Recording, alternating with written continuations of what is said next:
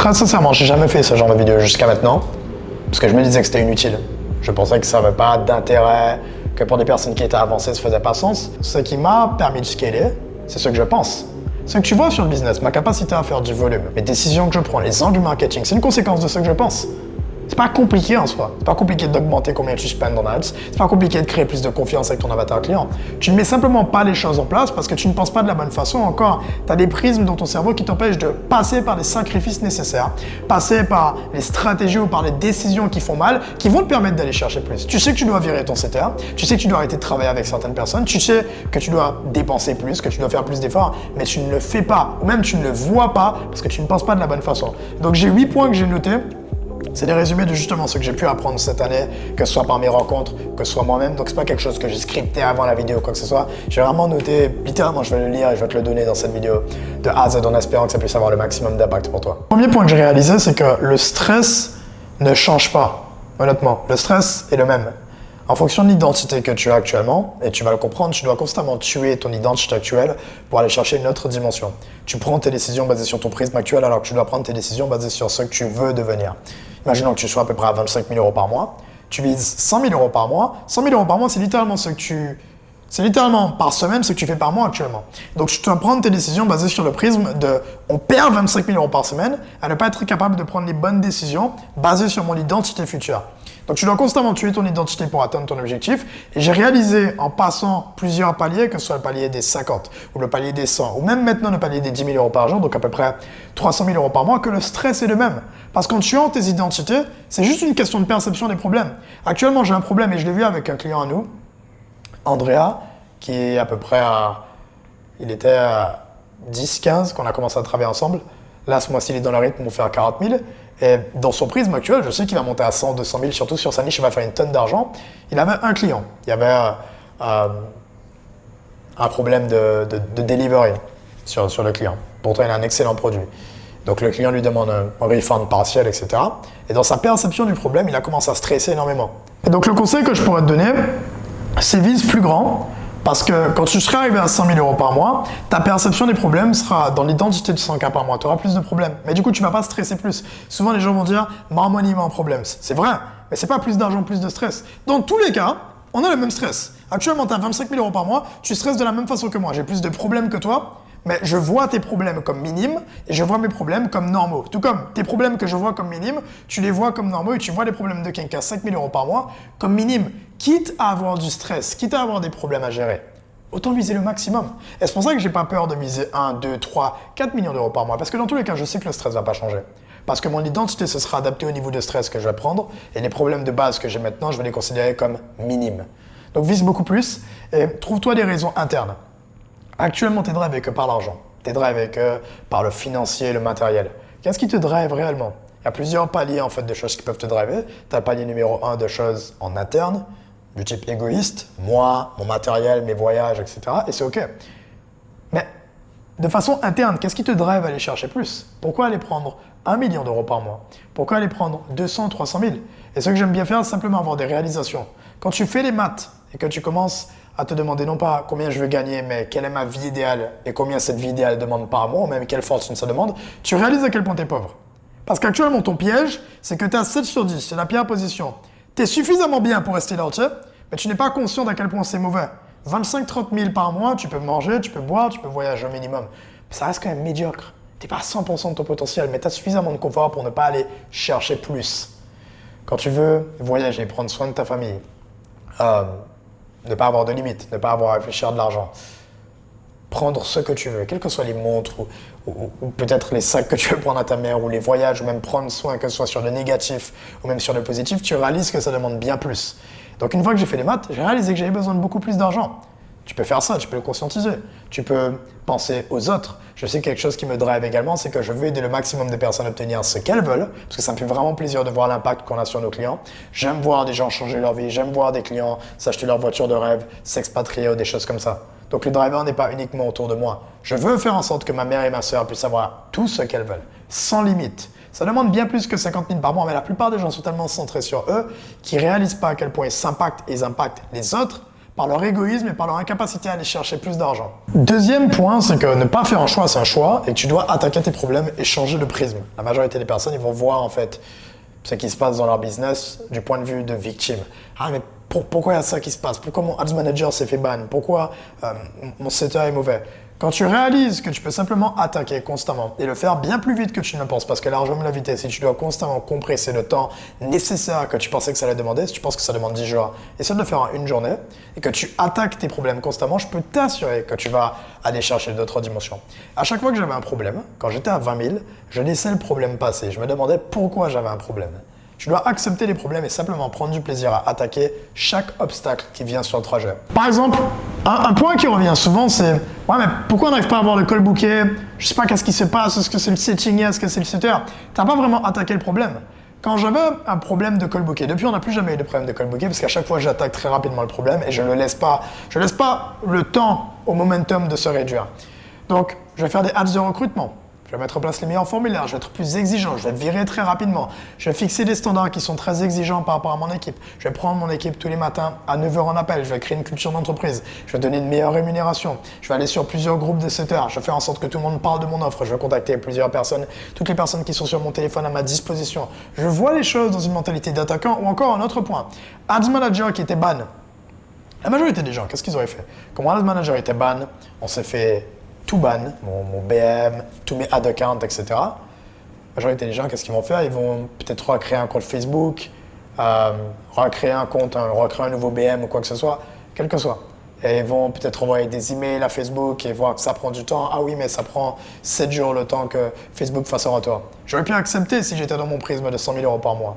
Hans qui vise 1 million d'euros par mois, à perdre dans 7 jours, tu fais 33 000 € x 7, c'est énormément d'argent. Basé sur le prisme des 1 million d'euros par mois. C'est inacceptable. Donc ce que j'ai mis en place, j'ai contacté toutes les personnes disponibles, que ce soit les coachs que j'avais payés. Encore une fois, c'est juste un prisme. Tu as des gens dans ton téléphone qui peuvent t'aider.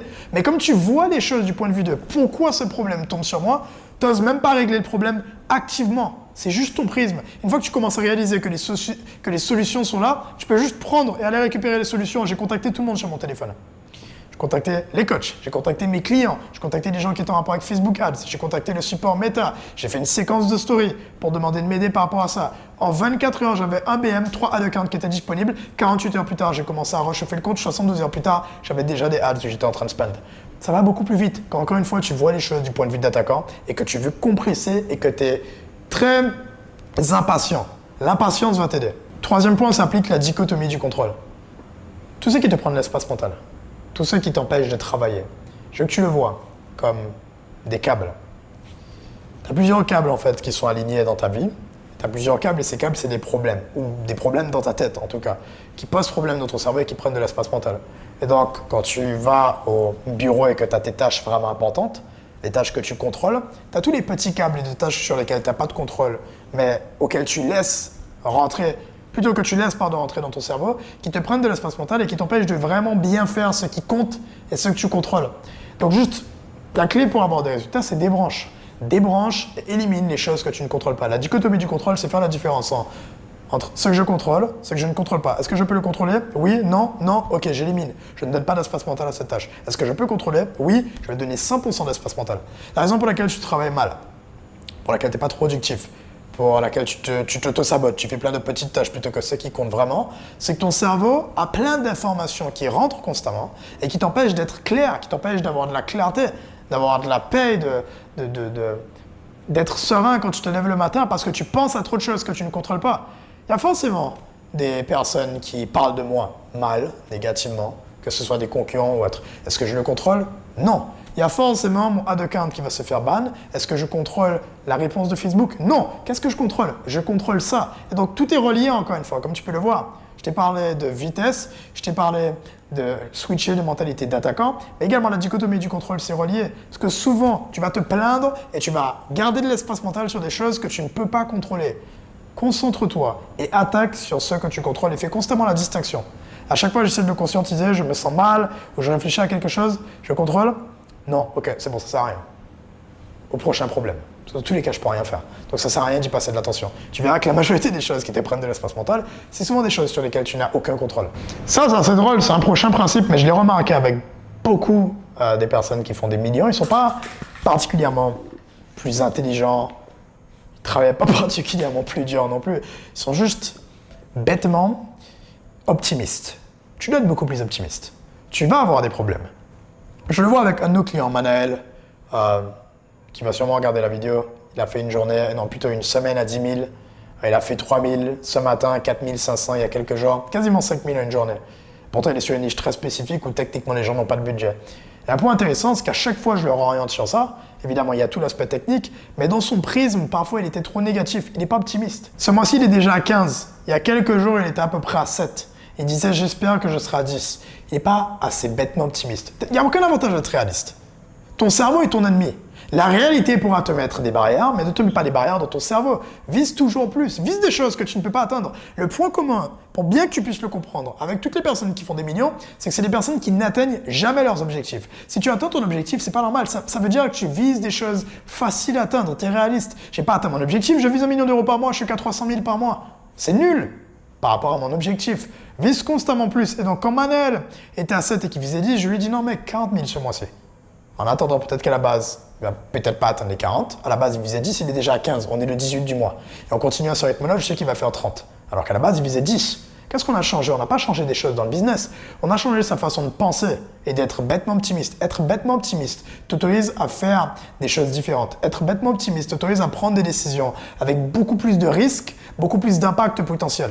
Alors que quand tu penses petit et que tu joues au jeu du réalisme, tous les Français pensent comme ça. Chaque fois que je demande à quelqu'un, quand il commence à travailler avec nous, tu vises combien? 20 000. Pourquoi tu vises pas 100 000? C'est quoi? En fait, c'est quoi l'intérêt et où est le problème de viser 100 000? En quoi c'est un problème? En quoi c'est un obstacle? Dans le pire des cas, si tu vises 100, tu vas prendre des décisions avec plus de risques, tu vas réfléchir plus grand, tu vas traiter ton contenu différemment parce que tu réalises que l'objectif aura beaucoup plus d'impact. Naturellement, dans le pire des cas, au lieu de faire 10, au lieu de faire 20, tu vas peut-être faire 50, 60, tu n'auras pas atteint ton objectif, mais tu auras mis une distance à tous ceux qui sont réalistes. Et je suis constamment optimiste. Qu'on a des problèmes dans le business, peut-être potentiellement qu'on aura des phases où on sera en baisse, il y a des phases où on a un paquet de problèmes qui s'accumulent, plein de problèmes qui s'accumulent. Ou même quand j'étais en Guadeloupe et que j'avais aucun résultat, que je venais de quitter le business, que j'étais en train de transitionner de B2C à B2B justement, je viens aider les coachs parce que j'étais gros opérateur dans l'ombre, même qu'on n'arrivait pas à signer pendant les premières semaines, j'étais bêtement optimiste et je visais 40 000 euros par mois. J'ai jamais atteint les 40 000 pendant les premières semaines, mais je le visais. Et naturellement, ça m'a autorisé à atteindre des meilleurs objectifs. Rapidement, si tu gagnes moins de 100 000 euros par mois avec ta personal brand, que tu manques de système, que ce soit sur le côté humain, que ce soit sur le côté information, même en termes d'outils, pour traquer, côté humain, pour la qualité de ton équipe, tes setters, tes closers, ou même les personnes qui gèrent ton contenu, ou même sur le côté information, tu sens qu'il te manque des systèmes pour aller chercher une autre dimension. C'est ma mission. Je t'ai fait une vidéo mindset et soit tu connais déjà ma chaîne, tu sais exactement qui on aide et comment on les aide. Je viens d'investir plus de 130 000 $ sur un autre coach du marché américain pour monter à plus d'1 million d'euros par mois. Et au total, on a à peu près à 300 000 $ investis sur le marché américain chez tous les meilleurs coachs pour ramener les informations sur le marché français, que tous nos clients puissent avoir 2 à 3 ans d'avance et donc dominer sur leur niche respective. Je viens de filmer un témoignage avec Andrea qui est sur la niche de la finance ou encore Manel qui est coach sportif et chacun d'entre eux font 10 000 € par semaine minimum avec leur activité alors que quand ils travaillaient avec nous, ils étaient à peu près à 10, 20 000 € par mois maximum. Donc si tu veux en savoir plus, savoir exactement qui on aide, comment on les aide et comment tu peux installer mon système de contenu à plus de 300 000 € par mois, clique simplement sur le lien en dessous de cette vidéo. Tu pourras y accéder. J'ai fait une vidéo, je t'explique un peu plus et tu auras la possibilité de réserver un appel, que ce soit avec moi, avec un membre de mon équipe. Il n'y a pas d'appel de vente et ça te permettra de voir exactement comment on peut t'aider pour ta situation spécifique. On retourne à la vidéo. Ça, c'est quelque chose qui va pas plaire à beaucoup d'entre vous. Je veux que tu penses grand mais que tu te sentes petit plutôt que tu te sentes grand et que tu penses petit. Il n'y a aucun intérêt à t'entourer de gens qui sont pauvres. Il n'y a aucun intérêt à t'entourer de gens qui te font te sentir grand. Pourquoi je m'entoure de très peu de personnes et je suis très sélectif sur les gens autour de moi? Parce que le peu de fois, ça peut paraître arrogant ou quoi que ce soit, mais sur le marché français, il n'y a pas grand monde qui fait plus de 6 chiffres. En tout cas, je m'entoure du peu de personnes qui font plus de 6 chiffres ou de coachs aux US qui me font me sentir vraiment comme une merde en termes de business. Constamment, tu peux le demander à des membres de mon équipe ou quoi que ce soit. Je considère que je ne suis pas un si bon entrepreneur que ça. Et je considère que ce que je fais, ce n'est pas exceptionnel. Il y a des gens qui font des millions dans ma niche, qui ne sont pas particulièrement plus intelligents. Juste, ils prennent des meilleures décisions, ils sont plus rapides, ils sont meilleurs. Je suis encore lent. Je pourrais être meilleur, je pourrais parler mieux, je pourrais faire des meilleures vidéos. Alors que si je m'entourais de gens qui étaient moins bons, je t'aurais dit je suis très bon. Je fais un paquet d'argent, je fais 6 chiffres par mois, je fais 3 000 € par jour. Non, c'est pas bon. Il y a plus à aller chercher. Et si tu remarques bien, j'ai remarqué particulièrement à Dubaï, Tous les gens qui font 20-30 000, ils sont entourés de gens qui font 20-30 000. Ou encore pire, tous les gens qui font 50 000, ils sont entourés de gens qui font moins. Quand tu es entouré de gens qui font moins, ils vont te mettre sur un piédestal. Et ça joue à ton ego parce que tu vas te sentir grand et ça va te forcer à rester dans ta zone de confort. Quand tu es déjà grand, mais que tu t'entoures de gens qui te font te sentir petit, ça te force à aller chercher d'autres paliers. Il y a une raison d'être dans un confort à 100 000 euros par mois. C'est bien, c'est cool. Mais il y a des gens qui font des millions. Et je les vois en face de moi. Donc je sais que je peux aller récupérer plus. Et ça crée de l'urgence artificielle. Et ça crée encore une fois un driver artificiel. Ça me force à aller récupérer plus. Et ça me force surtout à rester très humble. Je ne suis pas arrogant. Je ne me sens pas grand. Je ne me sens pas comme meilleur que les autres. Je me sens comme moins bon que les autres. Pourquoi? Parce que j'ai juste changé les gens autour de moi. Donc sois très sélectif sur ça. Je sais que c'est agréable d'avoir des gens qui te disent « Putain, c'est exceptionnel, j'adore tes vidéos. Putain, tu fais 50 000 par mois, c'est agréable. » Mais c'est pas agréable pour le business. Et c'est pas agréable pour ta progression. Ça, c'est un point que j'ai commencé à mettre en place dernièrement, qui a fait une différence. Quand je te dis dernièrement, c'était à partir de 100K par mois, pas avant. J'aurais aimé l'appliquer avant, j'aurais fait honnêtement plus d'argent. C'est la loi du détachement. Tout le monde te parle de la loi de l'attraction, c'est quelque chose qui est tendance. C'est bien, c'est cool à entendre. Et c'est plutôt simple à tirer. J'attire. Je connais pas beaucoup de gens qui font de l'argent, qui appliquent cette loi honnêtement. Tous les gens qui font de l'argent, par contre, à l'opposé, ils appliquent la loi du détachement. N'importe quelle personne qui galère à scaler et qui galère à faire plus, ils sont trop attachés aux choses. Ils sont trop attachés à l'argent. Quand je vois comment quelqu'un paye, je vois également comment quelqu'un va gagner. Et tu dois le voir de façon très simple. 2 points, et c'est les deux façons c'est les deux conseils que je pourrais te donner, parce que c'est comme ça que je l'applique. C'est comme ça que tous les gens que je vois qui font des millions l'appliquent et ça fonctionne très bien. La manière dont tu dépenses l'argent, c'est la manière dont tu vas le gagner. Si tu dépenses avec difficulté, tu vas gagner difficilement. Parce que quels signaux tu envoies à ton cerveau quand tu as peur de dépenser, quand tu as peur de te faire plaisir, de faire plaisir à tes proches, de faire plaisir aux personnes que tu aimes, quand tu as peur, encore pire, d'investir. Ça me choque à chaque fois. J'ai jamais vu quelqu'un, encore une fois, qui fait de l'argent, mais des gens qui investissent et qui se demandent est-ce que c'est une bonne décision. Dans tous les cas, c'est une bonne décision. Est-ce qu'effectivement, c'est potentiellement un mauvais coach? Oui, et tu pourras le savoir que si tu payes la personne. Mais faire un investissement en soi, ou même payer une caméra ou prendre du meilleur matériel, tu n'es pas censé avoir de la réticence sur ça. Tu envoies le signal à ton cerveau, quand tu as de la réticence à dépenser, que tu n'es pas sûr de regagner l'argent après, que tu le veuilles ou pas. Toutes les périodes où j'avais du mal à dépenser, c'est les périodes où j'ai gagné le moins. Toutes les périodes où je dépense, que ce soit personnellement, que ce soit sur le business, et juste je ne regarde pas les chiffres. Je suis complètement détaché. Naturellement, l'argent revient, parce que je suis détaché. Et j'envoie le signal à mon cerveau que c'est la réalité. Il y a des millions à prendre. Il y a beaucoup plus que des millions à prendre. L'argent est illimité. Il y a un paquet de personnes qui veulent te payer. Il y a un paquet de personnes qui ont besoin de toi. Et il y a tout le temps des nouvelles personnes qui auront besoin de toi sur le marché parce que le besoin se renouvelle. Et un point important par rapport à ça, en termes de loi du détachement, c'est que en plus de juste te détacher de l'argent qui est sur ton compte bancaire et de le dépenser, détache-toi de l'argent en lui-même, détache-toi des conséquences, attache-toi aux actions. La plupart des gens, pourquoi ils n'arrivent pas à prendre des bonnes décisions? Pourquoi ils sont précipités? Pourquoi ils n'arrivent pas à tenir à long terme? Parce que si tu regardes bien, il n'y a personne qui tient. Regarde sur mon marché, regarde les coachs de coach, regarde il y a 1 an, tu verras qu'ils sont même plus sur le marché. Ils ont tous disparu. Pourquoi? Parce que dès qu'il y a moins d'argent, ils disparaissent. Ils sont attachés à l'argent. Attache-toi aux actions. Attache-toi à devenir quelqu'un d'excellent sur ton contenu, sur le tunnel. Attache-toi à avoir des personnes excellentes dans l'équipe. Naturellement, l'argent va venir. Et quand tu te détaches de ça et que tu te concentres à te dire « Putain, on a fait des bonnes choses aujourd'hui. Putain, j'ai bien travaillé. » Moi, je célèbre pas qu'on fait une journée à plus de 5 chiffres. Je célèbre qu'on a bien travaillé. Je célèbre qu'on filme des bonnes vidéos comme celle-ci. Je célèbre qu'on a fait un bon recrutement dans l'équipe. Je célèbre quand j'ai des membres de mon équipe qui sont extrêmement motivés, comme Ismaël par exemple, qui gère le contenu. C'est ça que tu dois célébrer. Si ces choses sont bien mises en place, à ton avis, est-ce que l'argent va venir? Forcément que tu auras de l'argent qui va venir. Mais si je visais uniquement l'argent, j'aurais négligé mes actions par précipitation et en conséquence, j'ai aucun des deux. J'ai ni l'argent, ni les actions. Autre point brutalement honnête, ton revenu est égal à tes compétences. Si tu fais pas 1 million, si tu fais pas 100 000, tu es juste incompétent. C'est tout. Tu sais pas à quelle décision prendre, même tu prends les mauvaises décisions, et tu dois juste être honnête avec toi-même. Quand quelqu'un me dit « je sais exactement quoi faire », c'est pas mon problème, j'en ai rien à foutre. Si tu savais exactement quoi faire, tu serais déjà à 100 000. Pourquoi t'es pas à 100 000? Tu sais pas quoi faire. Tu penses que tu sais quoi faire. Si tu savais encore une fois quoi faire, tu serais à 100 000. Je veux que tu te l'imprègnes. Si tu savais quoi faire, tu serais à 100 000.